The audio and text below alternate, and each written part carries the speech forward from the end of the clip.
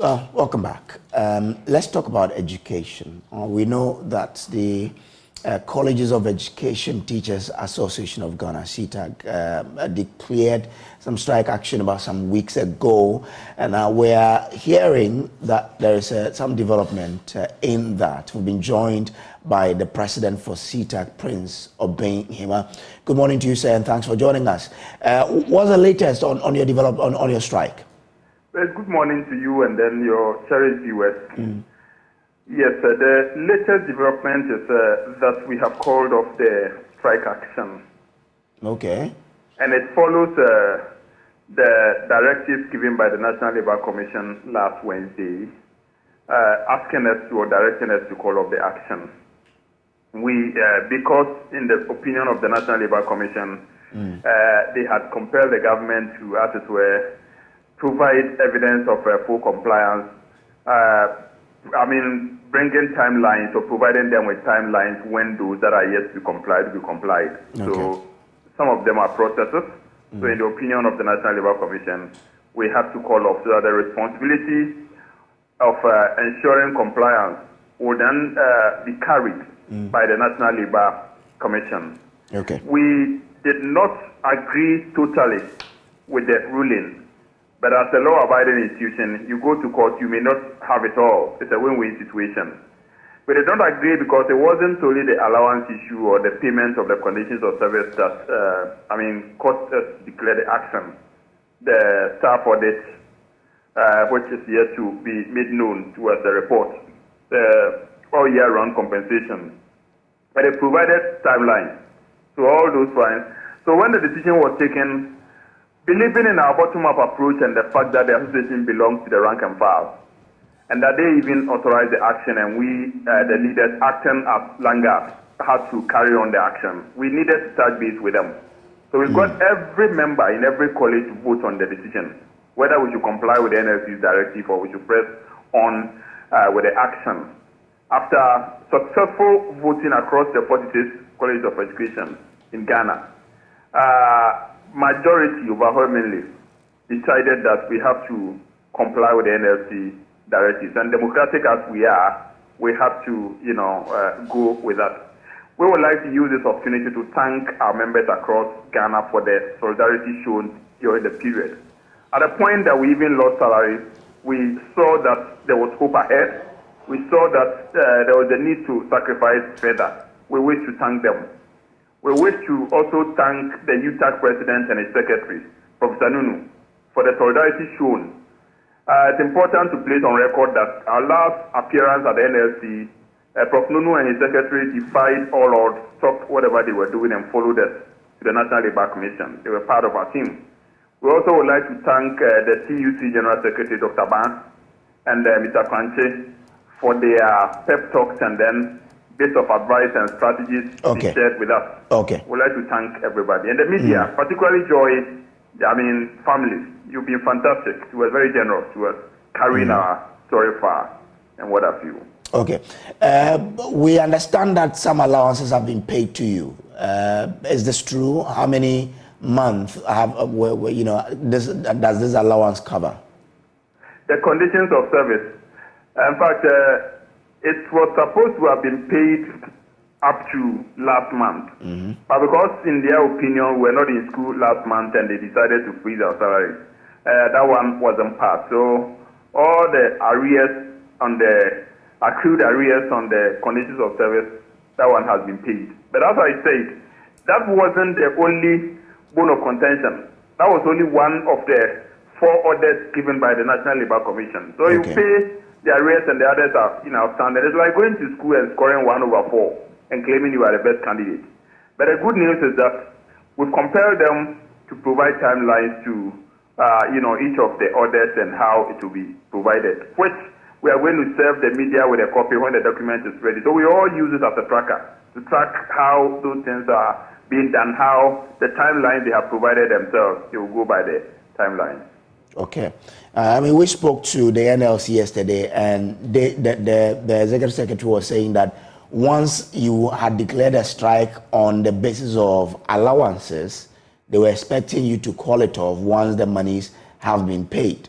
So, but you're also telling us that it goes further than that. What assurance do you have then that the Labour Commission will ensure that government obeys the ruling that it gave? Well, we are talking about documents. I did not hear what the National Labour Commission Secretary said, Mr. Futual Samoa, big brother and friend. I didn't hear what he said, but he has it on his desk. He knows the orders that contained in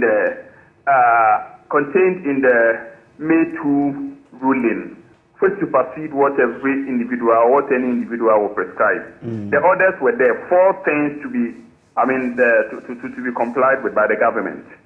The allowance is just one of the 4 things. So each one of them carries equal weight to us. All of them are important. So it's not only about the allowance. Okay.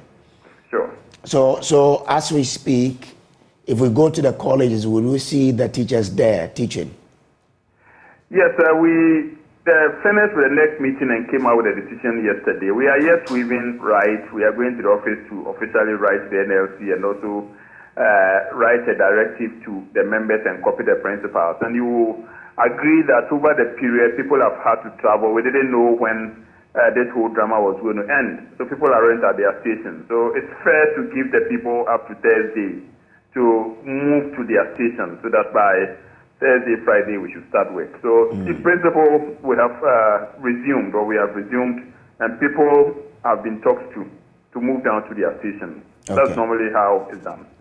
So indeed, your salaries for August were forfeited or have been forfeited?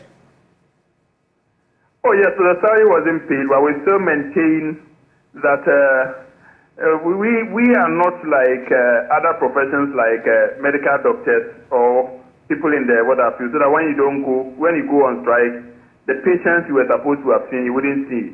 And when you go back, you are going to see fresh patients. In our case, the students are there. We have course outlines to complete. So we are going back and we'll teach the students. It means that the work we didn't do during the period for which our salaries got frozen, we have to do the work. So it's only, logical that the salaries are restored. And indeed, the National Labour Commission also said we should call off the action for them to intervene in other matters, including discussions that will lead to defreezing the frozen salary. Okay. So kindly give us, a recap for us what these other conditions are that you expect government to implement. Well, we are supposed to, per the ruling of the National Labour Commission, having worked throughout the year, we deserve 1 month compensation for deserving members. And then that one, they have said they are going to pay it by October, per the timeline they provided. They are collecting data on that one by 15th of September, and then by October it should be paid. We are also supposed to be given 3 weeks leave, each of the tutors, because we worked throughout the year. Even though you are compensating us, the labor law requires that we rest. The money cannot buy the rest. So we should be given 3 weeks to rest. We are waiting for timetable for that duty, that leave roster to be provided by each of the principals so that internal arrangements will be made for the members to enjoy that. That is also one. We are waiting for the staff audit that is supposed to establish the relativities between the qualification we hold and other qualifications, same qualifications that other colleagues hold in other tertiary institutions, to pave way for the fair wages to extend allowances that are being enjoyed in other tertiary jurisdictions to our members in equal measure. We expect that that staff audit will be out this given timeline. So that's why I'm saying each of the issues. It wasn't solely if you don't want the public to know the term properly. Each of them is equally important to CETAG. They carry equal weight. So these are the other 3 things that are left, and then we expect that the National Labour Commission will referee that at the end of the day, all those things will be fully complied with. Okay, so you said that for the 1 month compensation, they said it will be ready by October, but exactly. You didn't give us the staff audit. Have they given any timeline that they will be able to complete it? The staff audit, they said it should be in by the 1st of September.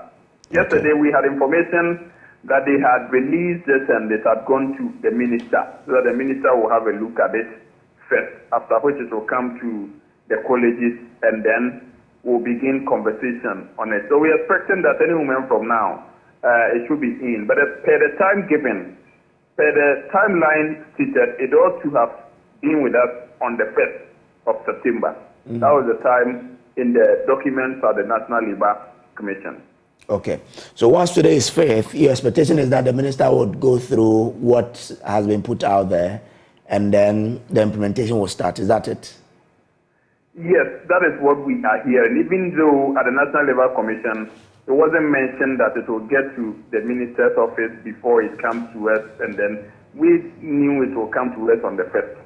So right now we've been told that it's gone to the minister. We know that it's part of the process. It's normal that sometimes the sector minister. But our hope is that it shouldn't sit there for long for another action to be triggered before it's done. You see, we want to use it to let in labor the relation. It doesn't send good signal when, for instance, workers get the impression that it's only through a looter that things are done. It's not good. Because you look at the allowances that even have been paid, we can say that before the strike, it wouldn't have been paid. Because we did this negotiation, we started in 2021, which ought to have been completed in 6 weeks.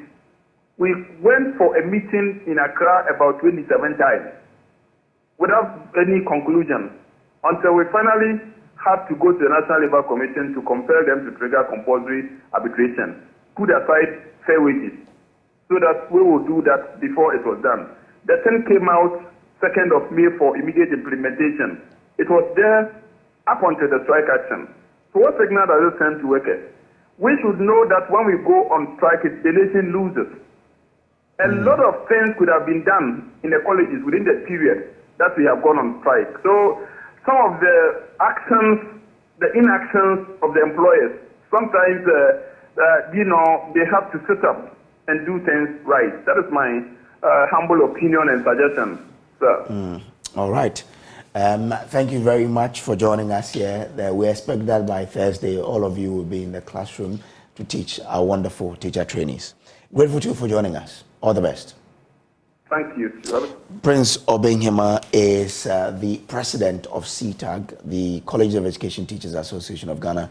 They have called off their strike action and they expect their members to be in the classroom from today, full complement to be in by Thursday. So that is the latest. If you just joined us, the Colleges of Education Teachers Association, CETAG, have called off their strike action because government has given them timelines with which they will be implementing the request that they put before government.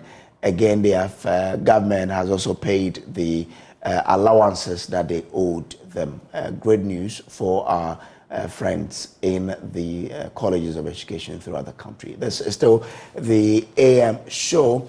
We'll take a quick break. When we return, what is the effort that some people are putting in to ensure that they fight childhood cancers? There is a bigger conversation coming up here next here on the show. Stay.